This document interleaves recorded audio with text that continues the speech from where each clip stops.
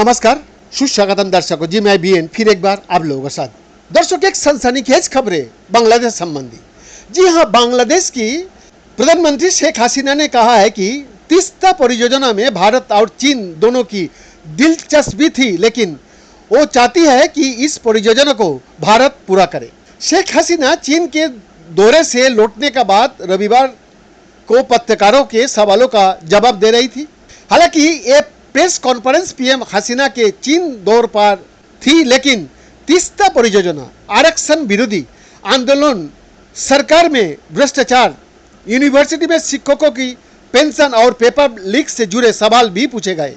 $1 अरब की तीस्ता नदी विकास परियोजना से भारत की सुरक्षा चिंता से जुड़ी हुई थी।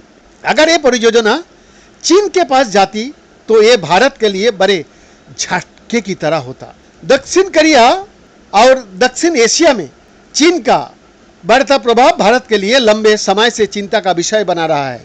बांग्लादेश में भारत और चीन दोनों का प्रभाव है, लेकिन शेख हसीना सरकार के बारे में कहा जाता है कि उनकी करीबी भारत से ज्यादा है। 414 किलोमीटर लंबी तीस्ता नदी भारत से बहती हुई बांग्लादेश में जाती है। जून महीने में जब शेख हसीना भारत के दौर पर आई थी तो इस परियोजना पर प्रमुखता से बातचीत हुई थी। भारत और बांग्लादेश के बीच कई साझी नदियां हैं जो हिमालय से निकलकर बंगाल के खाड़ी में जाकर मिलती है।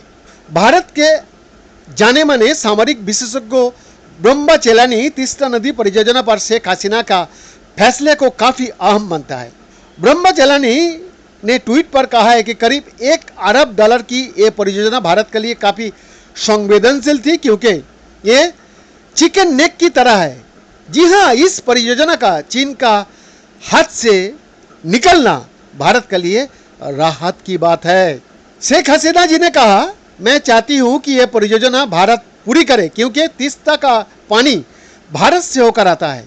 अगर हमें उनसे पानी चाहिए तो ये काम भारत को करना चाहिए। इस प्रोजेक्ट में जो चाहिए होगा भारत वो मुहैया करने का क्षमता रखता है। बीएन का एक्सक्लूसिव रिपोर्ट।